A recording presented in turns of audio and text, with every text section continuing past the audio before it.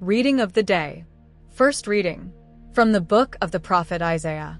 Rise up in splendor, Jerusalem. Your light has come. The glory of the Lord shines upon you. See, darkness covers the earth, and thick clouds cover the peoples. But upon you the Lord shines, and over you appears his glory. Nations shall walk by your light, and kings by the radiance of your dawning. Lift up your eyes and look around. They all gather and come to you. Your sons come from afar, and your daughters in the arms of their nurses. Then you shall be radiant at what you see. Your heart shall throb and overflow. For the riches of the sea shall be emptied out before you.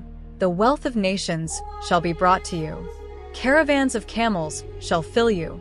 Dromedaries from Midian and Ephah, all from Sheba shall come, bearing gold and frankincense, and proclaiming the praises of the Lord. Second reading. From the letter of St. Paul to the Ephesians.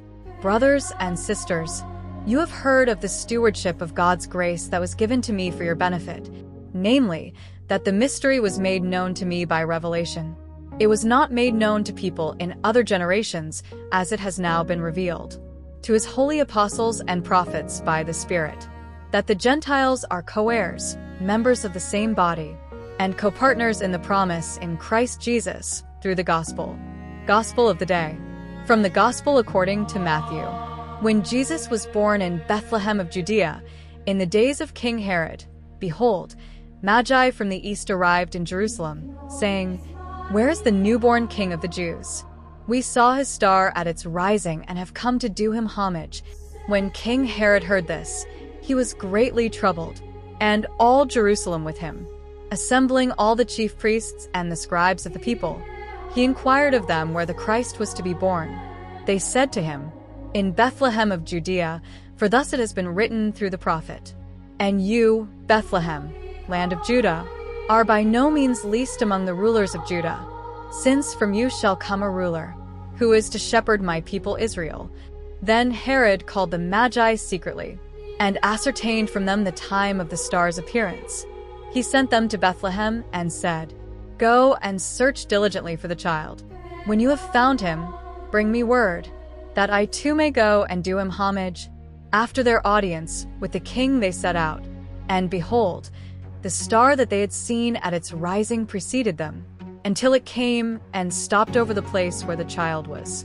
They were overjoyed at seeing the star, and on entering the house they saw the child with Mary his mother.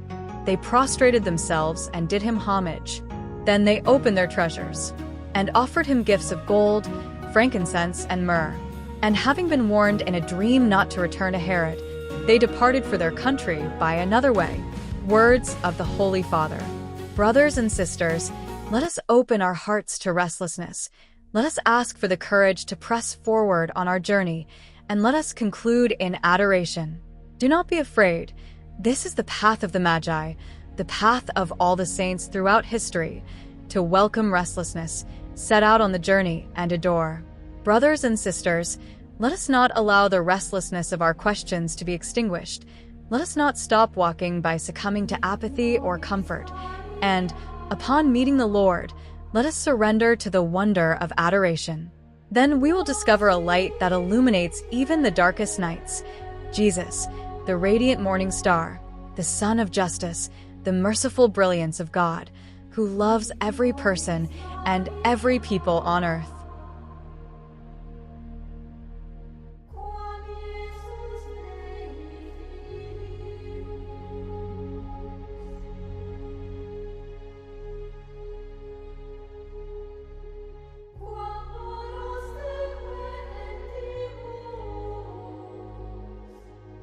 Thank you for listening to the Gospel and the Saint of the Day.